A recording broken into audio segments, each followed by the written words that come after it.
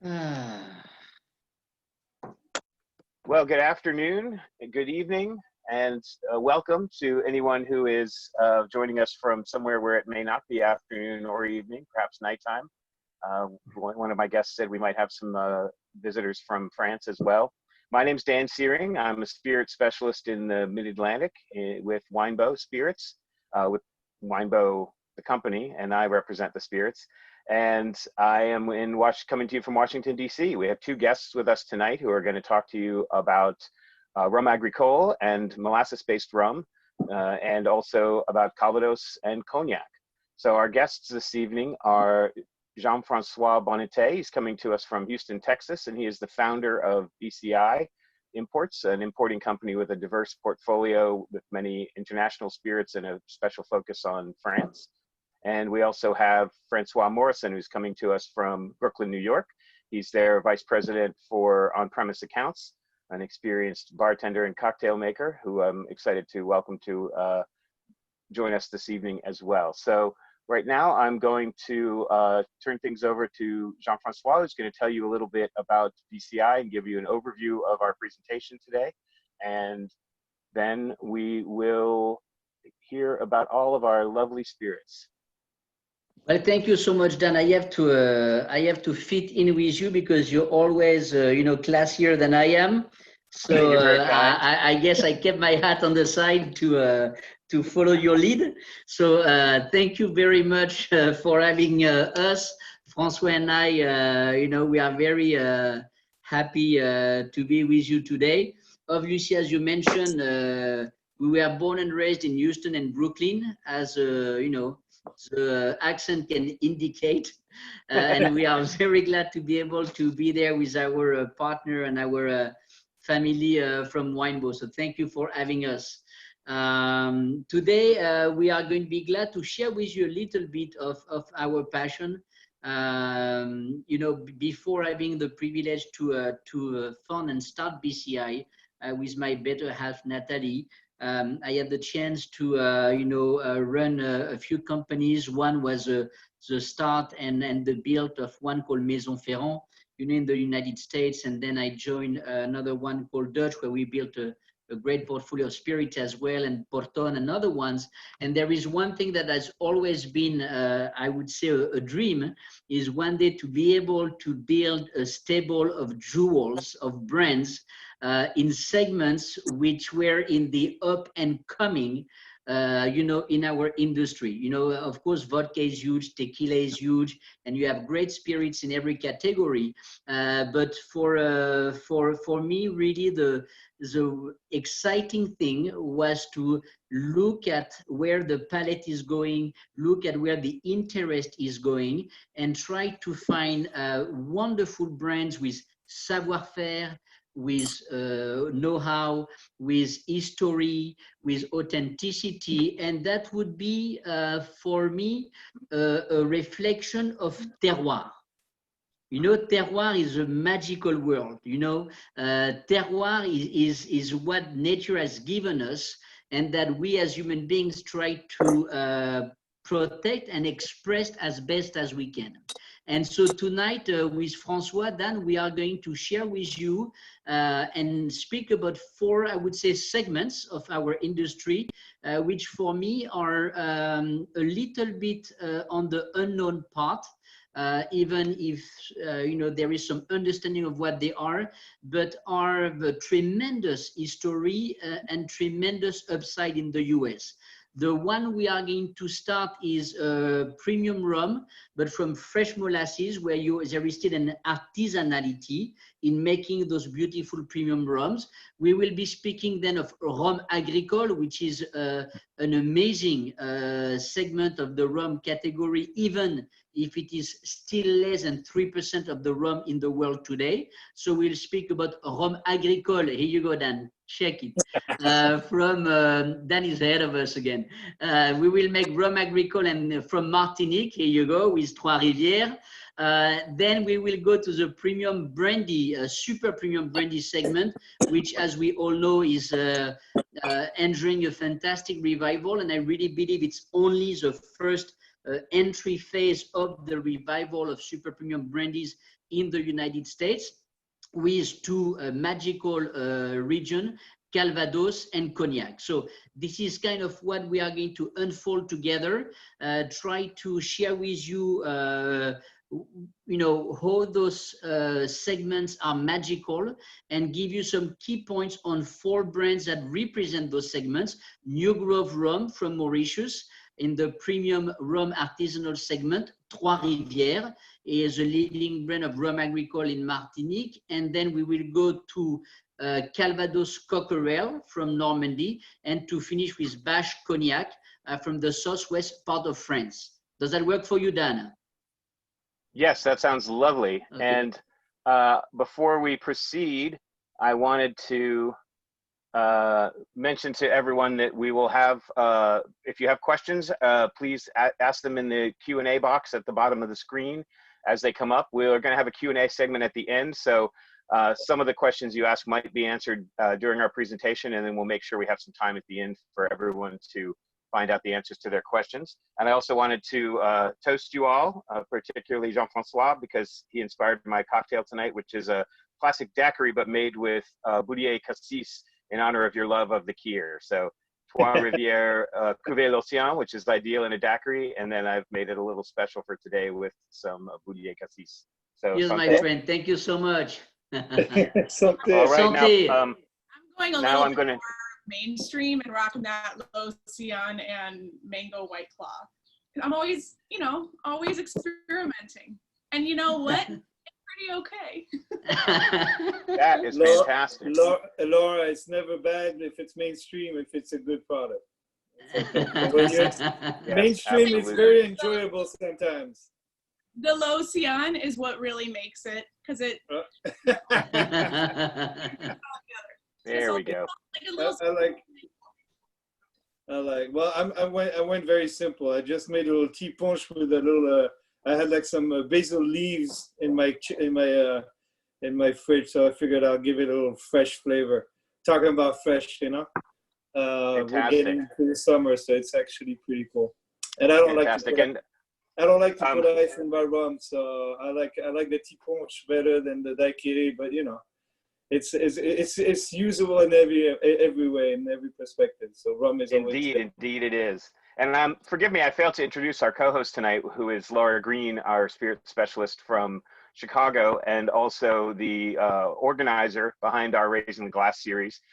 So anyone who wants to be able to join us for some future editions, please go to the link in our Instagram page, which is wb.raisingaglass on Instagram, and you'll see a schedule of future presentations there and opportunities to join them. So thanks to Laura for co-hosting. And now we're going to turn things over to Francois Morisson to tell us about our first spirit. All right, so I'm going to stop that camera so I don't see myself. Today, so we're going to talk about New Grove. So just to introduce myself really quick, I used to be a big Rhum Agricole fan and drinker eventually. And I never thought of molasses rum as a rum good to drink, but more to cook. And that was until I actually arrived in the States, and I started to surprisingly drink more rum from molasses than agricole, because 20 years ago you didn't have a lot of agricole in the States. And then I started discovering that there is a lot of good molasses rum out there. And one of them that I actually discovered when I met Jean-Francois is actually New Grove. So New Grove, you'll see if you go anywhere. New Grove is Mauritius. So Mauritius Island, you're on the off coast of Madagascar, you're in the Indian Ocean.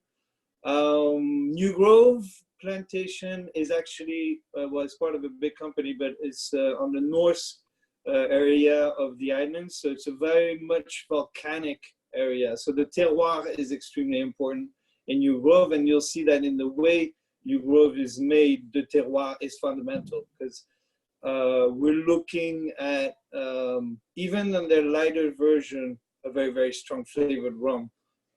Quick thing about the terroir, because that's, I think, that the most important part, if you see Mauritius Island, right, going to show you, that's a kind of their talk point of New Grove is Mauritius. So La Plaine de Pamplemousse, like I said, is in the north top of the island, the volcanic soil.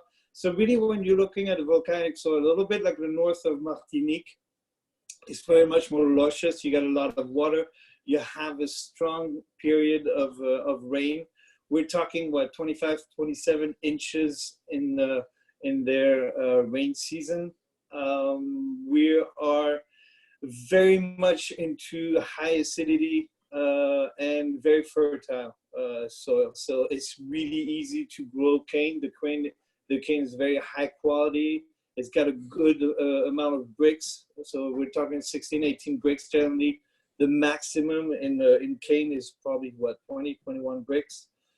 For people who are never aware of what bricks is, it's basically the sugar content in the liquid. So we're talking here per liter, what, 10 milligrams, 10 grams, pardon me. So it's 1% generally. So here we're like almost 20 grams per liter. So it's a high content in sugar.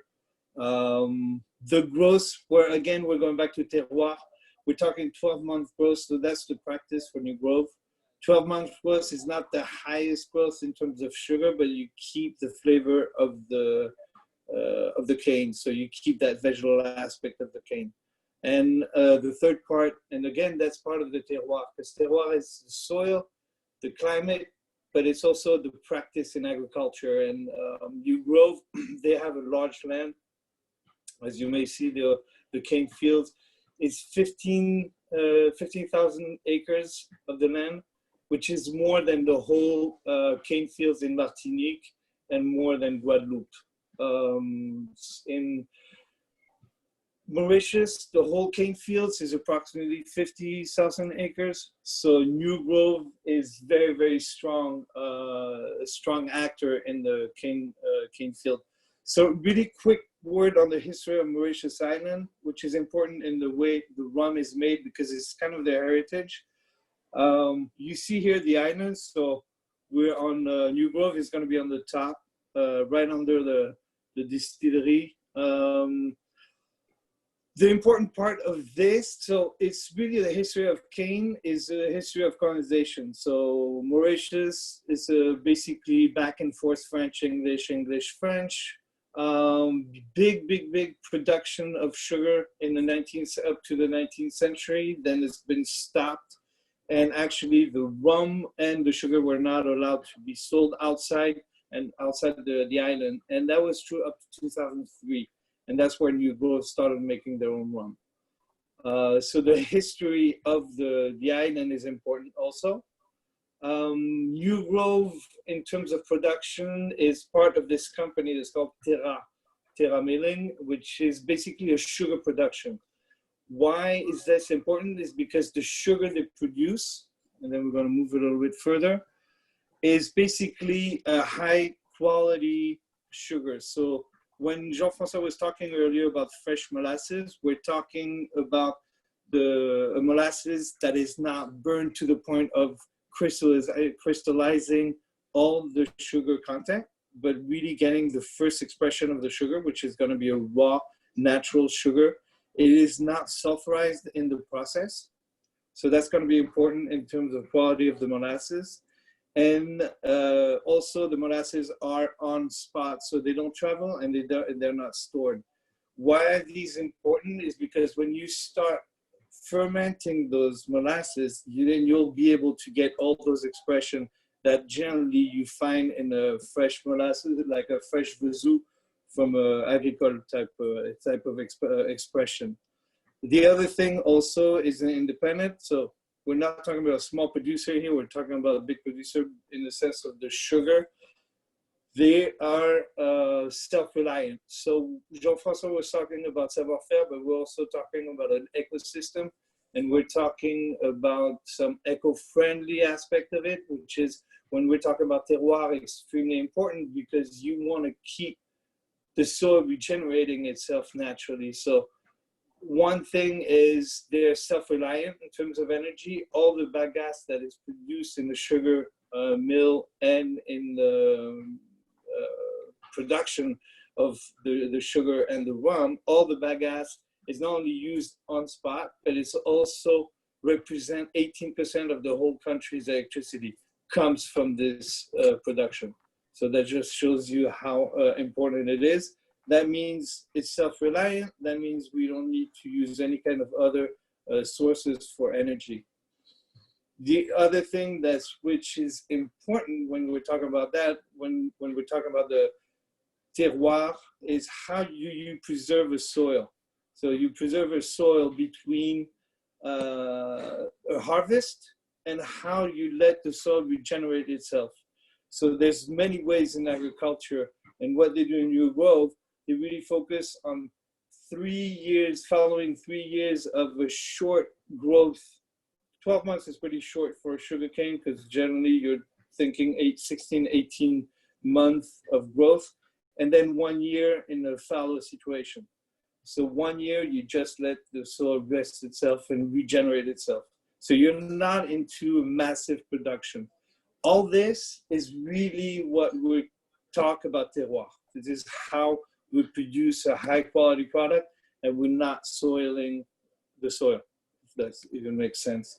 So that's the first part. That's the Mauritius, that's New Grove, and that's Terra. After this, New Grove is a combination, a meeting of few people. One of them is from the Haller family. So just a quick question, just the history of the family. It's one of the oldest family from Mauritius Islands. So they've been producing sugar since early 19th century. I think I believe like in 1830s. And they started producing rum early in the 20th century, it's like again 1930s. So we're talking about 200 years of heritage and savoir-faire in rum, in sugar making, and over 100 years of rum making. So they know how to make it, they know how to make high quality. And in 2003, when it was possible to sell the rum outside of the island, they decided to make something unique, but something very specific to the cane that you find in the islands, which is actually very close to the Île de la Réunion. So for some of you who might know the Savannah rum or Rivière du Mat, it's a very specific cane, which is extremely fresh. It's known for the aggressiveness and very fresh and very balanced cane. It's kind of soft in the acidity. So it really gives a lot of power to the rum making. Acidity is always good in distillation. So they decided to make something very specific, specific to the island, specific to their savoir-faire, but also something that they wanted to bring something new in the rum world, and mostly in the molasses world, where most of it is aged in American oak. They focused on an aging of new French oak. So we have, and then we're going to talk quick about the fermentation, and I hope I'm not too long. In terms of fermentation, that's a good thing I don't talk a lot, huh? Because you talk more than I do. Huh? Obviously not.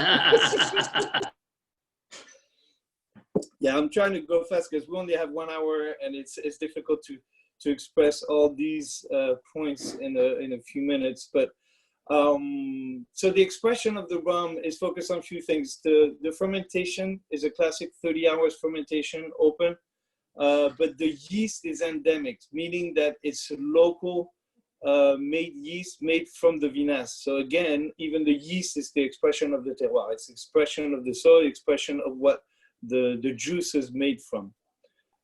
It's distilled in 20 plateaus. So we're talking about high production in a large plateau. So it's a double distilled one in 20 plateau, which is basically the concentration of the heaviest congénère and the strongest flavors, with then a rectified with 17 plateau, where you're going to be more looking for the finesse and something more of a balance. So you really concentrated, and it's finished at 95% strength.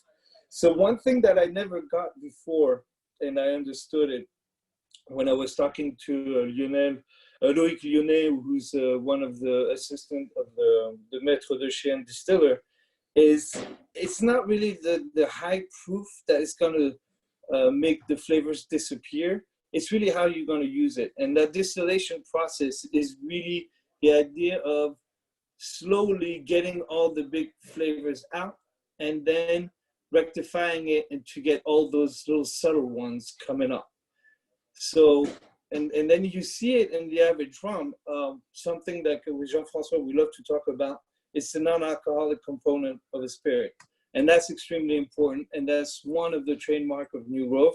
Generally, you find it in either very strong flavored rum, I mean flavored, not superficially flavored, natural flavored rum like Jamaican rum, which have a high content of non-alcoholic component, or rum agricole.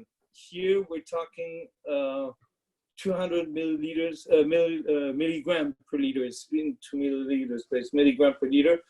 If you look at an average light rum from I mean, what used to be called Spanish rum, but light rums, like, I don't want to say any brands, you're talking 40, 60 milligram per liter. Here with the New Grove Silver, which is their lightest version, it's 125. The rules in the Rhum Agricole is 250. The Plantation, which is probably one of my, with the silver, great expression of New Grove for white rum, they are 250. And then when you go over 5+ years, you're like 300. So we're talking about full flavored rum. And then the aging process, and then we see it, is they're really looking to get, again, that expression. And so they focus on French oak. So what's the difference between American and French oak? That's a longer conversation to go through. But really what brings the French oak towards the American oak is tannin, warm spices, and a finish where you age long enough. The idea of rancio. Rancio is tobacco and nuttiness in the spirit when you have like a long aging process. And what they do is they use like 30% of new French oak. So you're gonna have, it's a very light chard. It's all not homogeneously charged. So they're really looking for some expression of the oak. So it's like 30% of new French oak. So it doesn't give too much of that wood finish. And then it's a mix of 70% of old barrels that goes from 5 to 25 years old and ex-cognac casks. So the ex-cognac casks have a mild, how do we call that? A mild charring.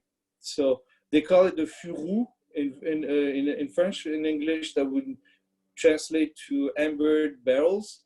So amber comes from that color that gives the charring of the wood. So it really gives all those little expression of licorice, clove, little tobacco finish, almost cinnamon, but something still very fresh and tannic.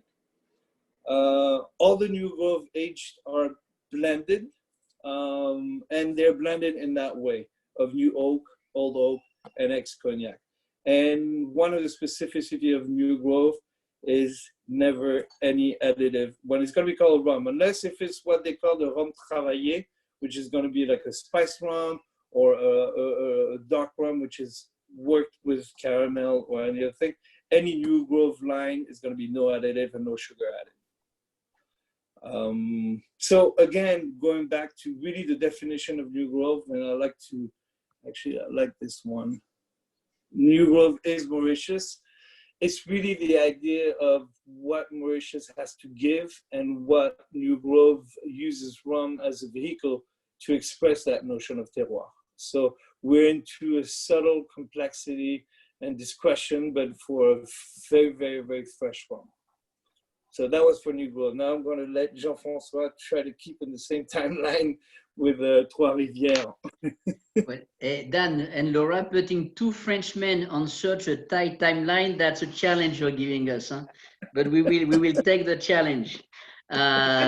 So to follow on Francois' step and what he shared with you regarding New Grove, when you speak about Rhum Agricole and Rhum Agricole de la Martinique, which is what we are going to do, it's really an opportunity to discuss about a very unique product and a very unique category.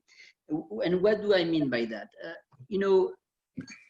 I remember, I've been lucky to be in this industry for many years.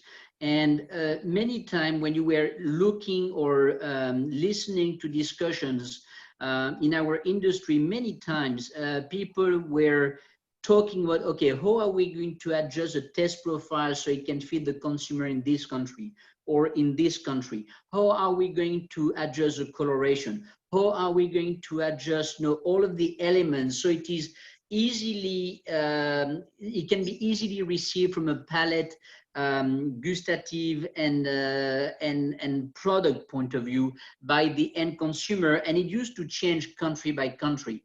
And to me, when I think of Rhum Agricole de la Martinique today, I can't help but think about where Mezcal was 15, 20 years ago. And I remember, you know, traveling, you know, airport to airport, like we have to do to spread the word, and meeting around so many places. And, you know, and we were discussing, and nobody knew, had a clue what Mezcal was. Nobody had, and it was really unique, you know, and they didn't try to change it, to adjust it, to adapt it. It's just what it is.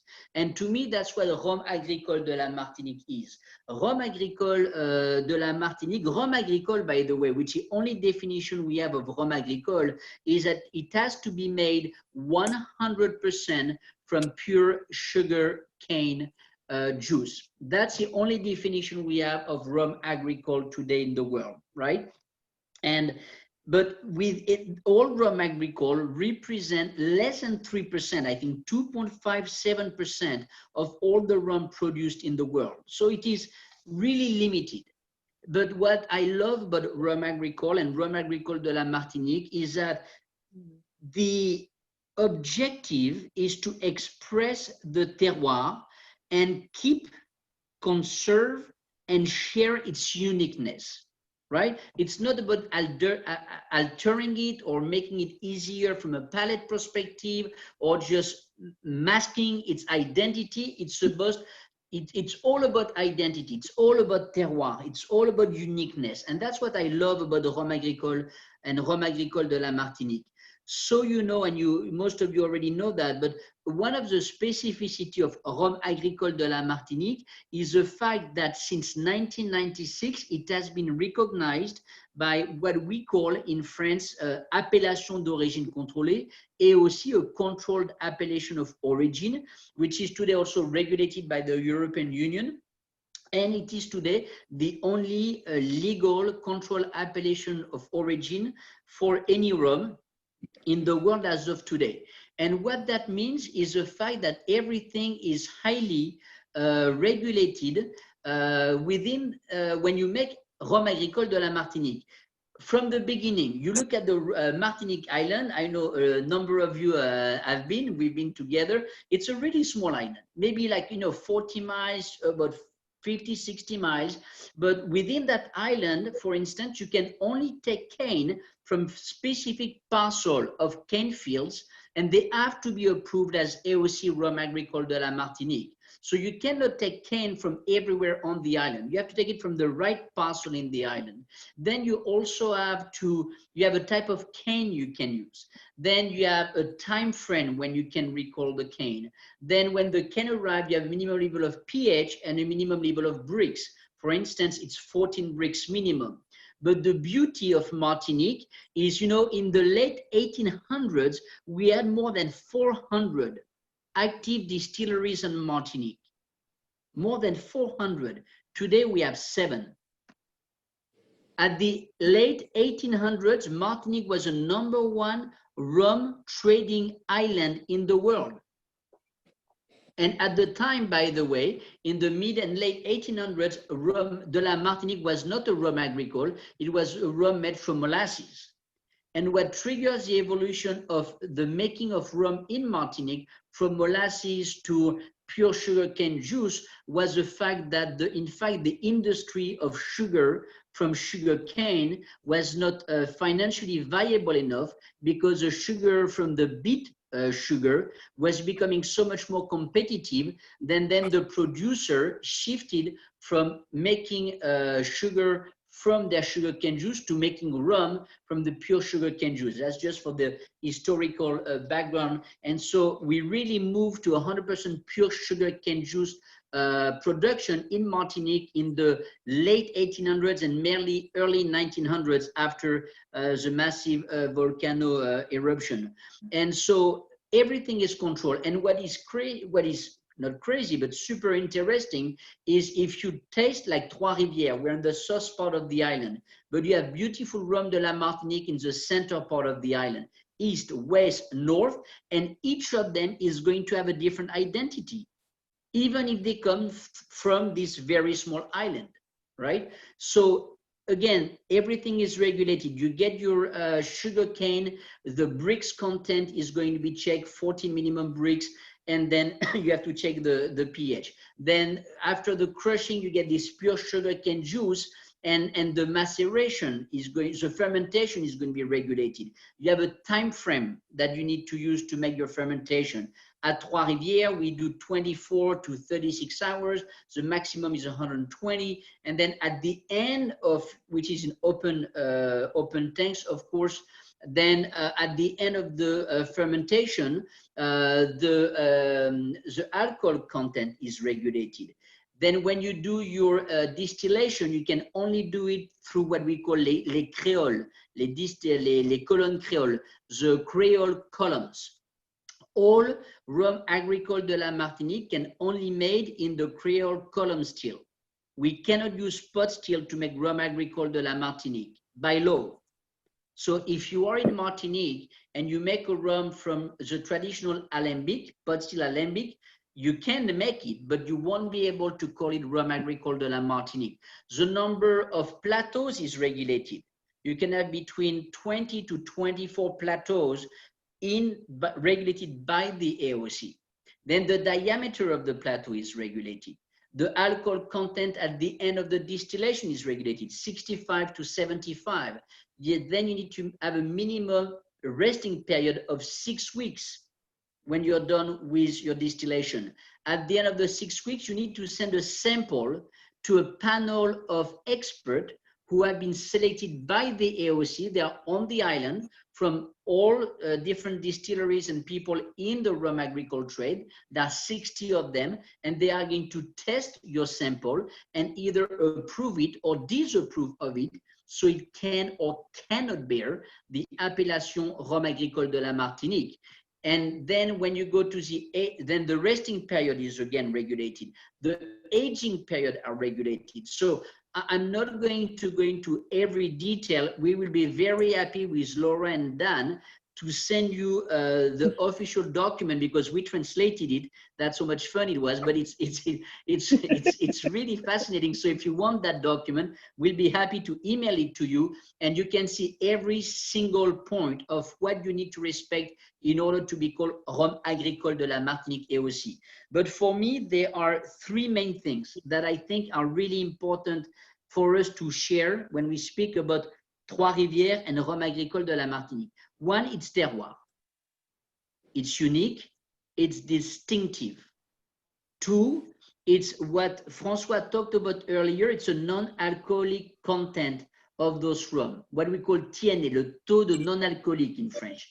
And what it means is the non-alcoholic content is all those volatile, those esters, congeners. It's what makes the density of your spirit, right? So remember, with what you saw earlier from New Grove, if you want to have a scale, right? If you have a light industrial molasses rum, and you know them, they are very large brands, you will be at 40, 50, 60 of TNA. All right, it's a scientific measures. For instance, you go to New Grove Silver, you are going to jump to around 120. In Martinique, by AOC, the minimum is 225. So that gives you a little bit of the scope of what we have available in the white rum category today in the United States, from industrial white molasses rum to artisanal premium white rums to Rhum agricole de la Martinique, 40 to 60, 120, and 225 minimum. So that's the scale. That's why when you test like a Trois-Rivières white, either the 100 proof or the Trois-Rivières Cuvée de l'Océan, they are very distinctive. And not everybody is going to like it. Like not everybody enjoys mezcal, or not everybody enjoys Armagnac, or not everybody enjoys a fantastic brandy. You know, some people, they just love vodka and soda, and that's fine because you should drink what you like. But if you have people who have an interest and a palate for uniqueness, then Rhum Agricole de la Martinique and Trois-Rivières is a fantastic product. So one terroir, two the non-alcoholic contents, and the third point to me is really the aging, right? And it's true for a number of rums. When you speak about Trois-Rivières and Rhum de la Martinique, there are three ages you need to talk about. The first one is a minimum age in the blend. Because by AOC, when we say, for instance, that Trois-Rivières Réserve Spéciale, Special Reserve, which was rated best rum and best spirit in the world in London in 2019, is 5 years. This is a 5 years minimum. And this is one of the gray area in rum. Because sometimes you go to a bar or you go to a retail store and you see an 8 years old rum and it's $15, right? And then you look at a Rhum Agricole from Martinique, 5 years, and it's $65. So people don't understand anymore. So it's important to share that with them. The minimum, there are three ages. The minimum age, for instance, in Trois-Rivières Reserve Spéciale is 5 years. Then the second age you want to talk about is the average age. And that's 7 years in this blend. Now, the important age when we speak with consumers is the testing age. Why? Because in Martinique, we have 8% of angel share. You go to Kentucky, Tennessee, Cognac, Scotland, Armagnac, you have 2 to 3.3 to 3.5% of angel share. In general, it's 2. So that means that the aging process is accelerated by 4 folds at Trois-Rivières and in Martinique compared to all of those other regions. What does it mean? When you speak to Jean-Philippe Bergier, who is a master blender of Trois-Rivières, when he does comparative testing with one of his friends from Scotland in a single malt, with one of his friends from Cognac region, with one of his friends from a bourbon, if he presents the Trois-Rivières Reserve Spéciale, which is 5 years old, they are going to bring a single malt, a cognac or a bourbon between 18 to 20 years of age. So you get the same organoleptic density.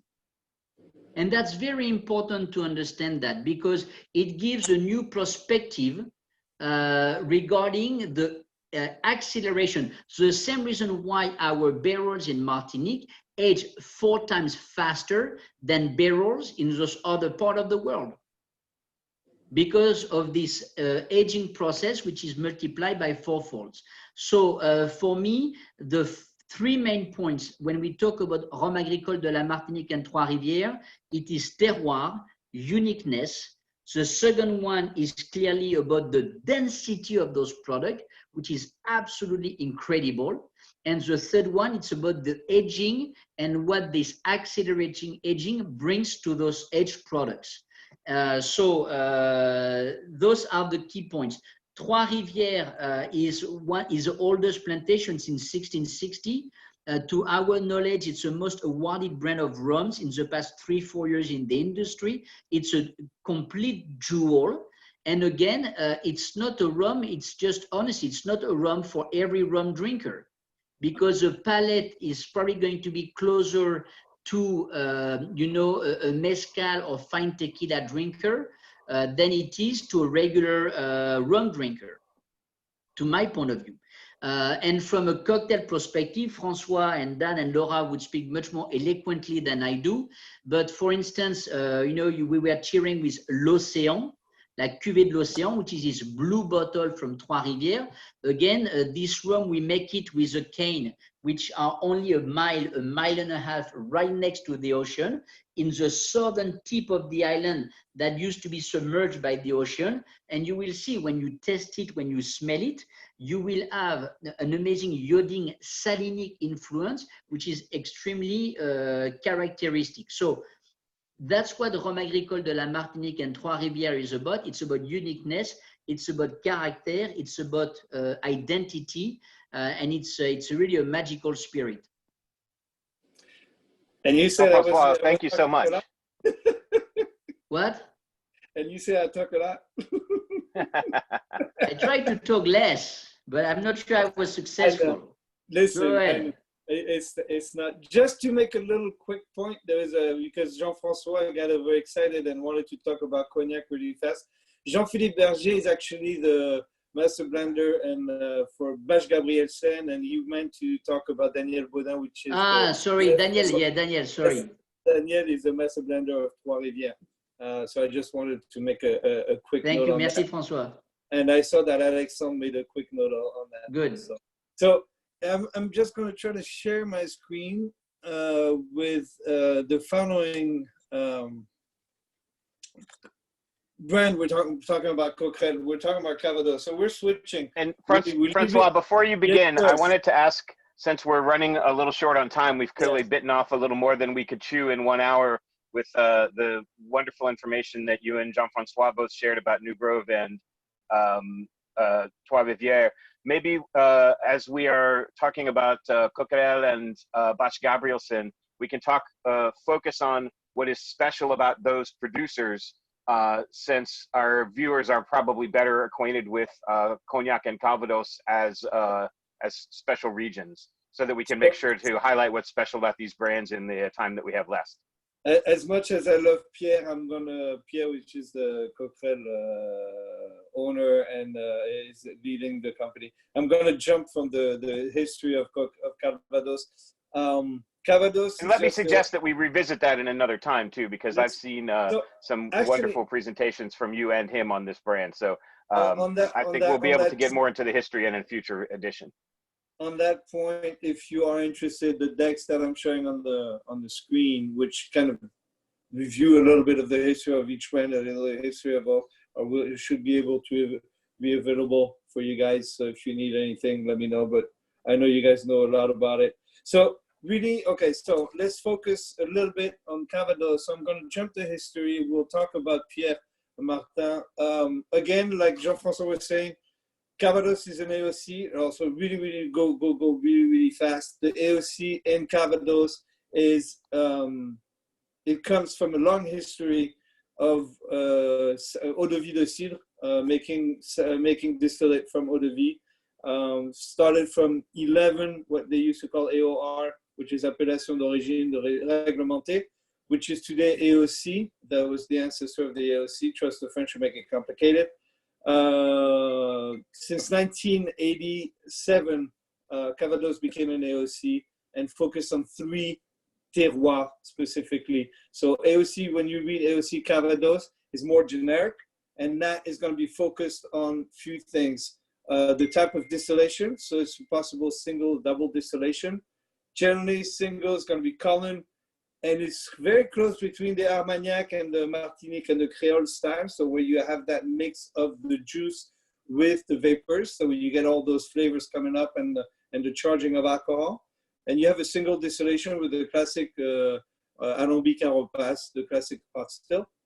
Then you have the aging process, which is similar to all appellation. And then you have, what is important is the content of pear in Calvados. So Calvados is apple brandy, but you have pear. So if you look at Calvados, there's no regulation on what's the amount of pear you can use. But Pays d'Auge, you need to focus on a maximum of 30%. And Donfontaine, it's a minimum of 30%. So pear is important in Calvados. 1, terroir. So here we're going for the terroir, and really what Calvados is really unique is it's a super eco-friendly system. It only follows the season. Everything is extremely natural in the sense of you have 4 seasons, and there's a reason why you have 4 seasons in the making of Calvados. The spring, the bees are important. If you don't have bees, you have pollination, and you don't invent pollination. It's a long blossom process because they don't want to use pesticide. So it's a process of time, and we need to let nature does its work. The other thing which is important is the animals around in Normandy. Luckily, we have a lot of sheep and cows. They eat the grass. They eat the bad grass. They eat all around the orchard. So you don't need pesticides. You get the cows and the sheep to do the work. And when I was talking about a pear, apple trees are smaller and more fragile to the environment. Pear trees are taller and they go deeper, so they're stronger to wind and rain or any kind. And one thing that's important in Calvados, you cannot pick the apple from the tree. You gotta wait for the apple to fall. So you tend to surround your orchard of apple by pear trees. That will protect the apples. So in that case, what happens is you let the fruit grow naturally. You let the animal take care of your orchard. You let nature does its work. And then and that's the fun fact, when the apples are ready, it's generally the cows and the sheep are going to let you know, because they're going to start eating the ones that fell. So the one that fell, that means now it's time to shake the tree and to get all those apples and pears to come out.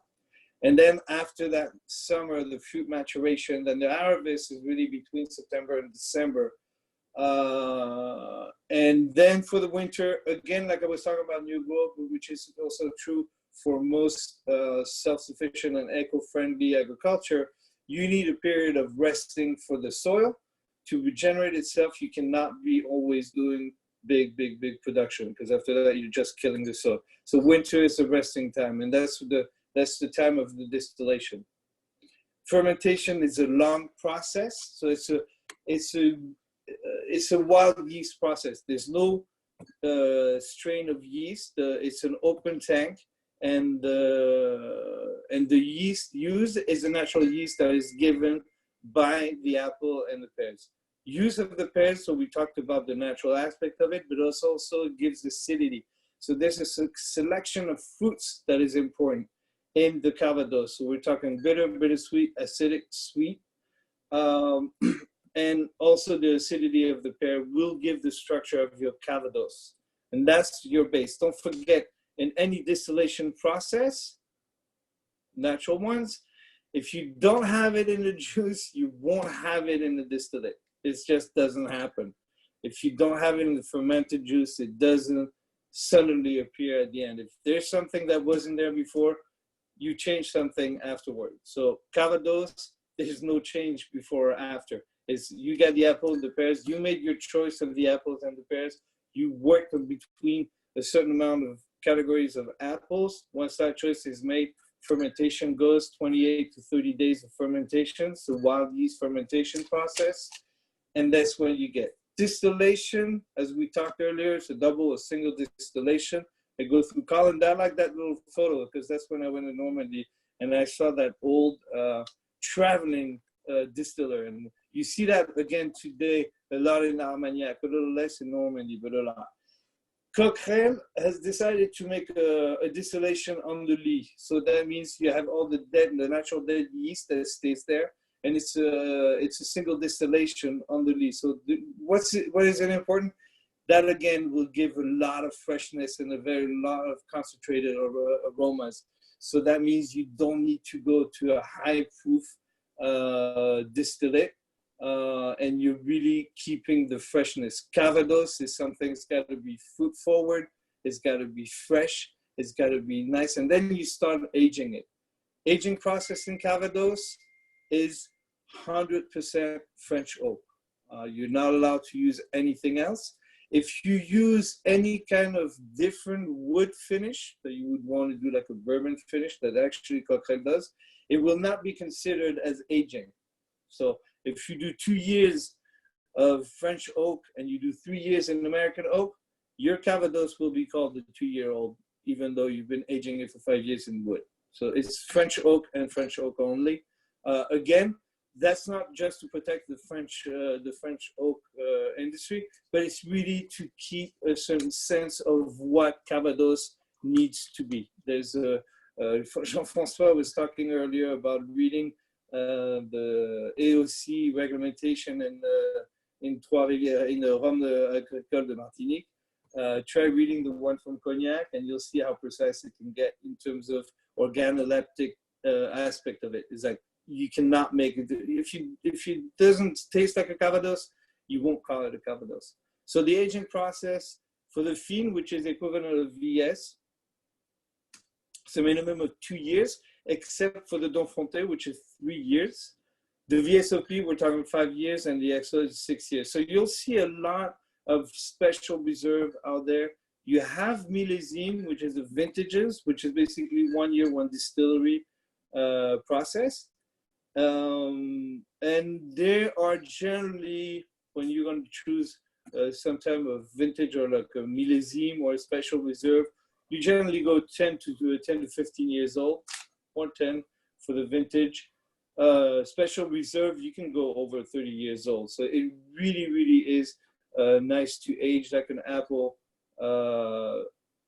brandy, an apple distillate in French oak, because you've got all those nice, beautiful flavor that will go from, like, again, the word is fresh, nice apple with a floral finish when you're on the VS, on the fin, something more of a peppery finish with a little baked and warm spices, but still fresh spices when you're VSOP. And then when you hit the XO, when it's made, the XO from Coquerel is quite amazing. It's an apple tart in the glass. It's a beautiful, like, it's very gourmet. I don't know.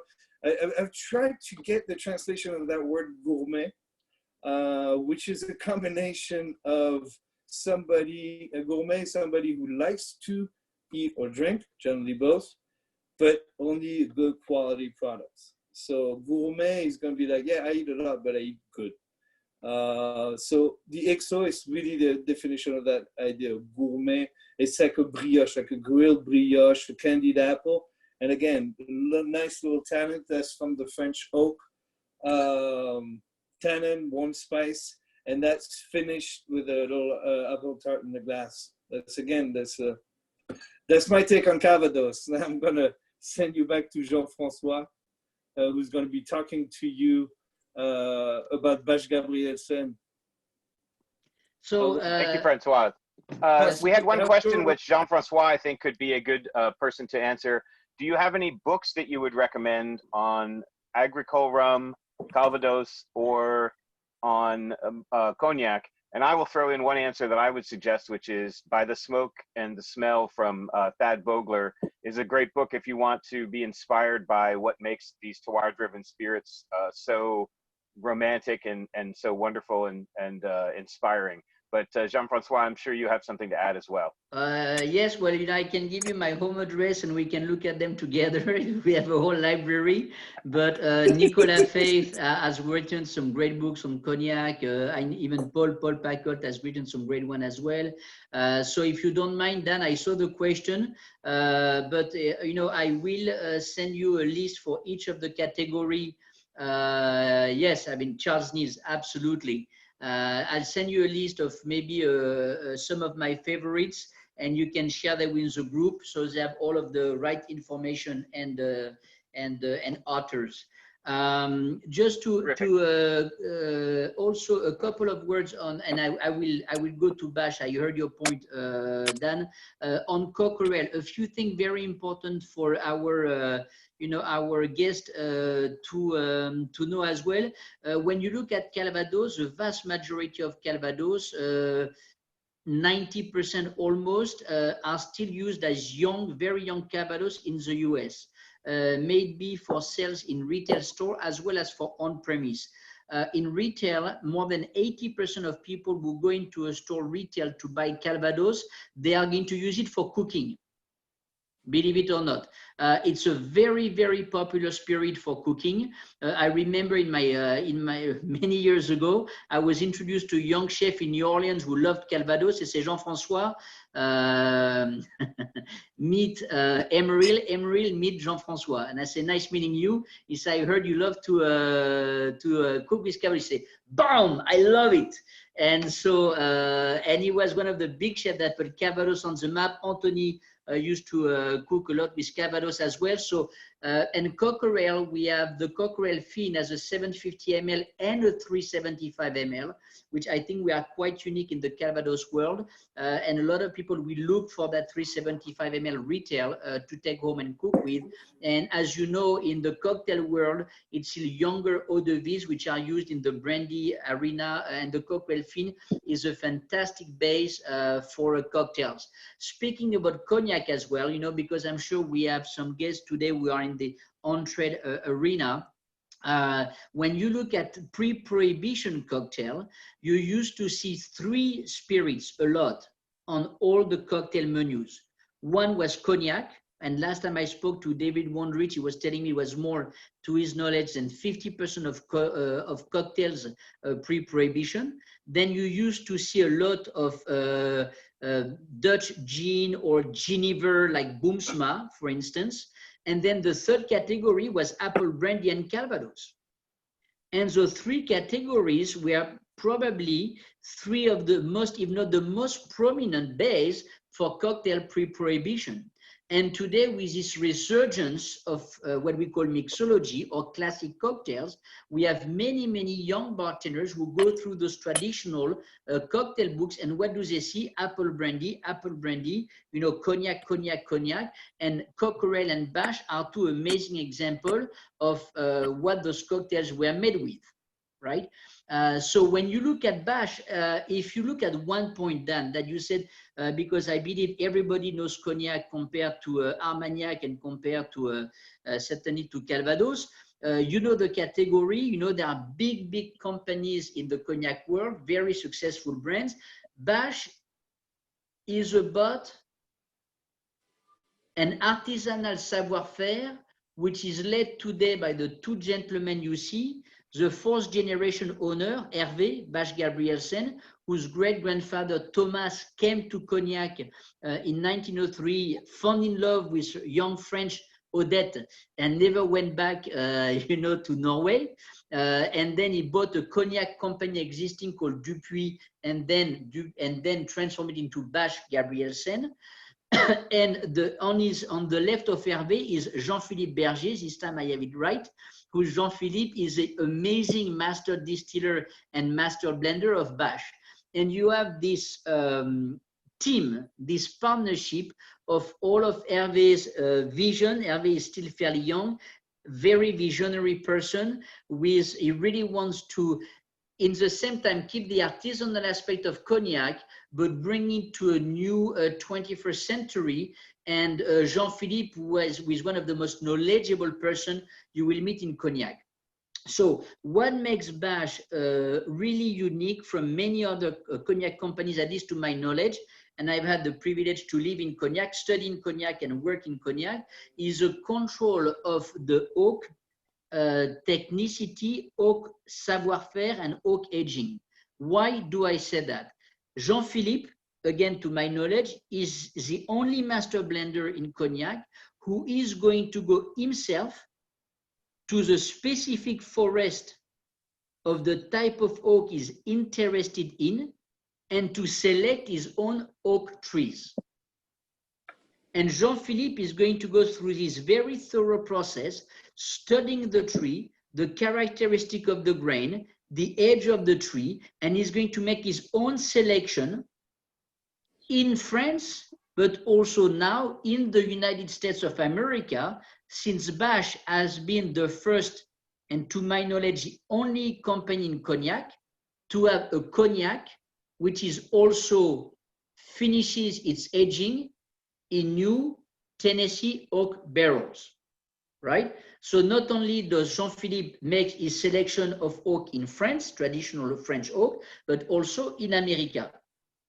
And it selects the oak gets staved, it gets the stave back at the Bash facility, ages them under its own process. And as you know, oak aging can go from 1 year to 2 years to 3 years. And I think some of you, when you came to Martinique, if you taste a spirit which has been aged for the same amount of time in an oak barrel, which staves have been aged outside for 1 year or 5 years, you have a completely different spirit. And we could spend hours talking about oak aging. It's absolutely magical. So Jean-Philippe selects his own trees, completely oversees the aging of his oak staves, then gives the stave back to the tonnelier, the barrel maker, with a very specific chauffe, which I believe we call toasting in English. And then he gets something which is completely tailor-made to the blend of eau de vie that he has identified as the signature of Bash Gabrielsen. So what you find in Bash, you have two main products in the Bash line. The first one is going to be the Bash Trekors, and the second one is the Bash American Oak. I don't know if we can see them, François. I don't know if you have the line. I think you had it at the beginning.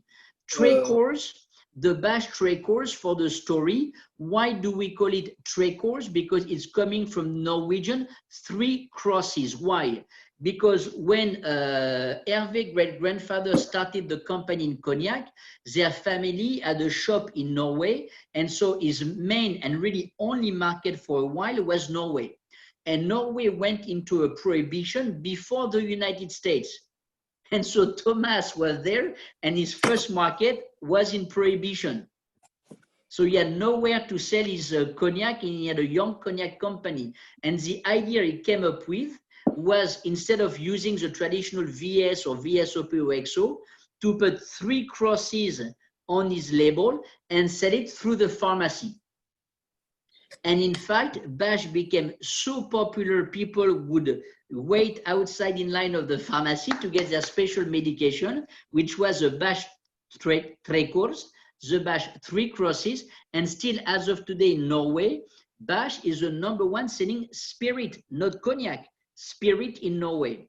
So it's very, it's a wonderful story. That's why we wanted to keep the 3 crosses on the label of the Trekors. We couldn't keep them red, believe it or not, as they used to be, because when we did it, we got a very nice letter from the Red Cross, the real Red Cross organization, and they told us it was an infringement to their logo, and we could not keep the red crosses on the cognac. So we kept the red away, and we just keep the 3 Red Cross. But Trekors is an upscale VS.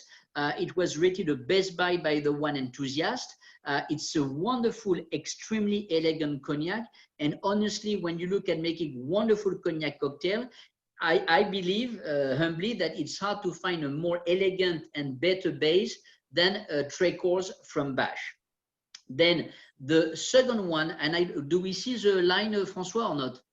I'm trying to move my... yeah, I'm not sure. And screen. the other one that you need to discover from Bash, which is completely unique, is Bash American Oak, where after doing a regular aging in traditional limousine oak barrels, Jean-Philippe is going to finish by at least 6 months in New Tennessee oak. And you know, it's very important because French oak has a lot of density of tannins.